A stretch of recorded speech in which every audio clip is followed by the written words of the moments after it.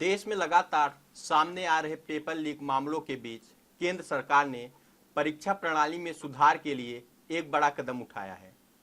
प्रधानमंत्री नरेंद्र मोदी ने अपने संबोधन में कहा कि कई वर्षों से देश के अलग अलग हिस्सों में पेपर लीक की घटनाएं सामने आती रही हैं, जिनका सबसे बड़ा नुकसान देश के लाखों छात्रों को हुआ है। इसी को देखते हुए केंद्र सरकार ने परीक्षा व्यवस्था को और सुरक्षित और पारदर्शी बनाने का फैसला किया है। साथियों, विश्वस्त परीक्षा पद्धति, इसके लिए हम लगातार एक के बाद एक कदम उठा रहे हैं। टास्क फोर्स की रचना हो, फास्ट ट्रैक की और रचना हो, राज्यों के सुझावों को ध्यान में लेना हो, क्योंकि पिछले कई दशकों से हर राज्य और केंद्र सरकार इस प्रकार की पेपर लीक की परेशानी झेल रहा है। बच्चों के भविष्य को भी इसके कारण संकट पैदा हो रहा है।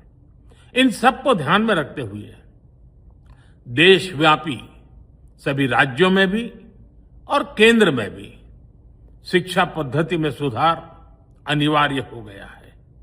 टेक्नोलॉजी के भरपूर उपयोग की आवश्यकता हो गई है और साथ साथ फिर से कोई पेपर माफिया, पेपर लीक करने वाली गैंग, देश के बच्चों के भविष्य के साथ खिलवाड़ करने वाली गैंग, उनको बख्शा नहीं जाएगा। इसलिए कठोर कानूनों की भी जरूरत है। हम संसद में बिल लेकर के गए थे और जैसा मैंने आपको वादा किया था, गत 2 दिन संसद के दोनों सदनों ने काम आगे भी चलता रहेगा। हम ऐसी परिस्थितियों को लंबे समय तक नहीं चलने देंगे। इस विश्वास के साथ साथियों, आइए हम सब मिल करके विकसित भारत के स्वप्न को पूर्ण करने के लिए कंधे से कंधा मिलाकर के चलें।